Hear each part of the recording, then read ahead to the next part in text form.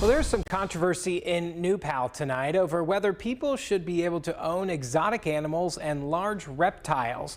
The town council trying to pass an ordinance placing limitations on owning those animals after some concerns were raised by neighbors, as well as a previous incident of escape of a snake. One business owner tells me he feels responsible and targeted.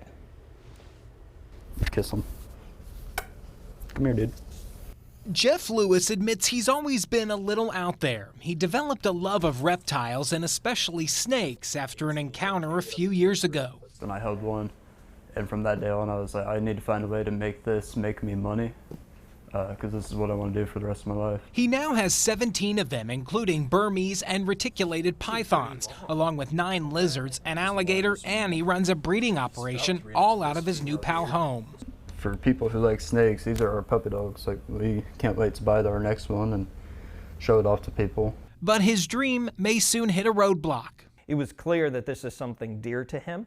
On the other side, it was also, it brought up some concerns and some uncomfortableness. One of Jeff's snakes got loose a while back and ended up in a nearby yard, and neighbors raised concerns to animal control, prompting action from the New Pal Town Council to change its current ordinance.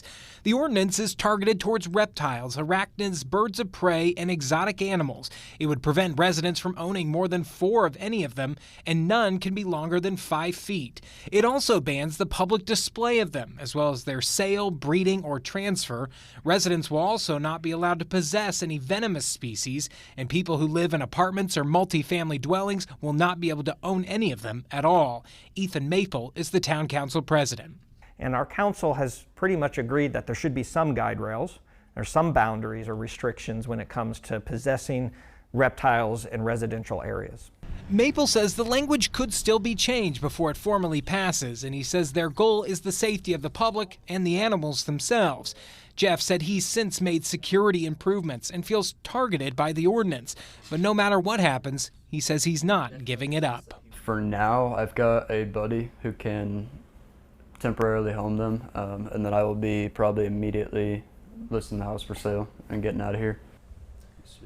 The U.S. Association of Reptile Keepers has also launched a campaign to prevent that ordinance from passing. It is scheduled for a second reading at the council's meeting next Wednesday and could become official then. You'll be able to read more about the ordinance and both sides' arguments about it online at CBS4Indy.com.